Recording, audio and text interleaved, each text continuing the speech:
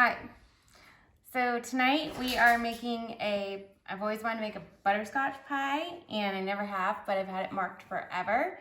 And so we're making pie dough that is pre-baked or par-baked or blind baked. There's so many different names for it. And so the dough is, I'm starting to roll it because we're going to roll this dough out. And this is a spelt rye crust, and sounds hearty. It's hearty and earthy, but earthy and not like earthy in a ugh kind of way. It's earthy in a really yummy, tender, delicate, but yeah, hearty way. And it's really good. And so I didn't preheat the oven, for one, because I want everything to be cold and everything to be good. And we have another video of us making this particular dough, which is one of our favorite doughs. But right now, if you can see these hunks of butter in here, which make the crust really good. And so we just kind of roll it and keep a little bit of flour under here, spin it around, and we work fast to get this thing out and in the pan. So rolling it, we made this dough last night and kept it overnight, and then we left it out for about like 10 minutes. And then we just roll it. We're gonna put it in the pan. And what size pan are you using? This is a 9-inch pan, but it's nice when they have the measurements in there. This one is 9 by 1 1/4. And so I like when they have the measurements so I don't have to get the ruler out, but this is gonna be like a standard, like 9-inch, not like a 9-inch deep, just a standard 9-inch pie. You want to roll this out to about how big? I mean, you're gonna need room to flute it and all that. Yeah, but this one's gonna be really, I'm gonna do this one like kind of basic fluting, and this is kind of sticking, so I'm gonna flip this over, reflour, flip it over. It's getting a little bit soft. And if your dough gets like too soft, you can always pop it back into the refrigerator and get it going again, like get it cold and get it going again, like cold. Now the flour you're using is also to put on the rolling pin and the pad is also part of that spelt rye flour mixture too. It's kind of left over from. Yeah, and this is like way good enough. Yeah, so we're gonna pop this in, and people like put this over the rolling pin and stuff. I've never done that. But you gotta grease the pan or anything? It's probably, no, there's enough butter in there to you know, grease it. So I'll put this in here, and then we can trim any excess of this.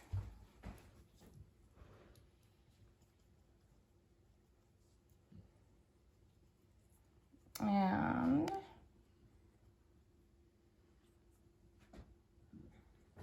trim around, and it depends like what kind of fluting you want to do. You can trim it really, really short.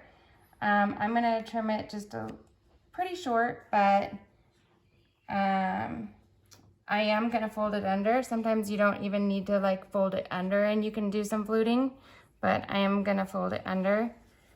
So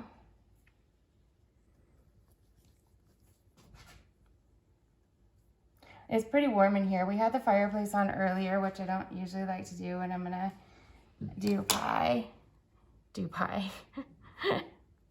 So I'm gonna roll this all under, just kind of make like a overhang here.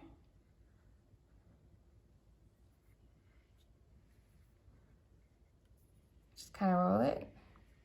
around.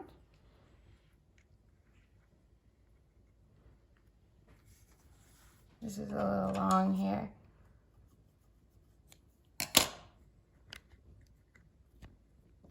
And Dave has got the hand coming in.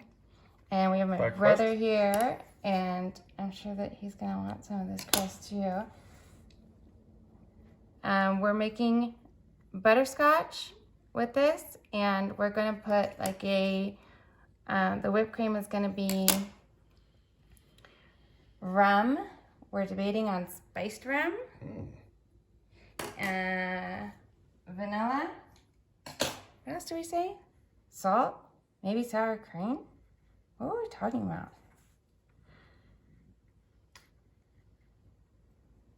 That sounds about right. And I think there was something else. I don't know. You put brown sugar in it, oh, yeah. Yeah. Brown sugar? You were listening when I was talking about the whipped cream. So, I'm surprised. So we're going to get this all up. Did you say something? Whoop. Gonna get this all upended, and then we're just gonna go around. Do a knuckle fluting. A knuckle. We're gonna knuckle it.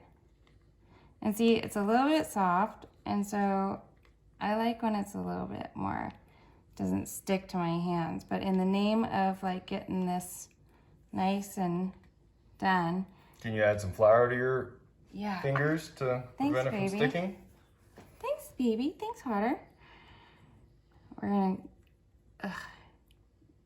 get this, just 2 on this side, my finger on this side, and just kind of go around. And you want like this to hang on the edge, because we're gonna pre-bake this thing. So we really want to get this like hanging on the edge, because when you pre-bake a pie, which means we're gonna cook this once, this shell.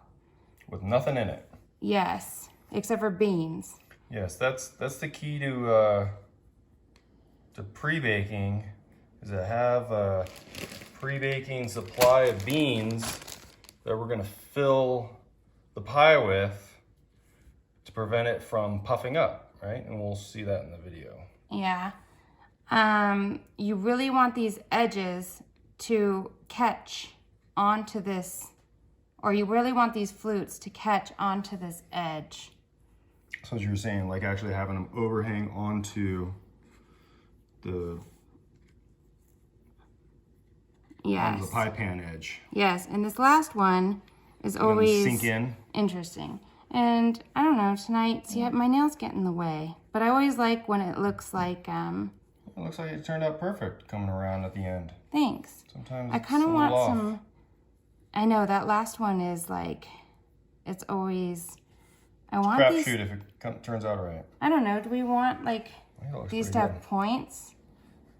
I kind of want them to be pointy so that they hang on the edge. It's getting warm, so you don't want to work it too much. True. And we still got to put the beans in. True. So. That's a point. Good point. Good point to not point. To not point, but I just really want to go around really fast here and get these points and just push these like almost into the pan, like with your finger, so that they latch on there. Okay? Okay, so now I'm gonna take the foil.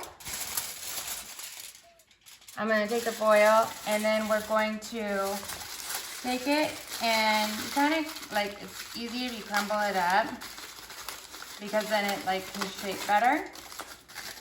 And put it in.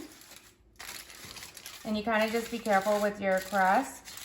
And put it in here.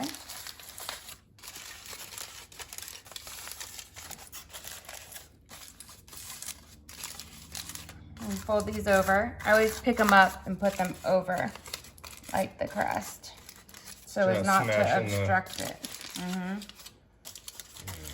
To form the pie edge. Yeah. And then Crust edge. these beans that we've had for like 10 years or something. Yeah, Since we started making pie. No reason to throw them out. You can use them. We originally bought these. These are like aren't these like porcelain. Yeah.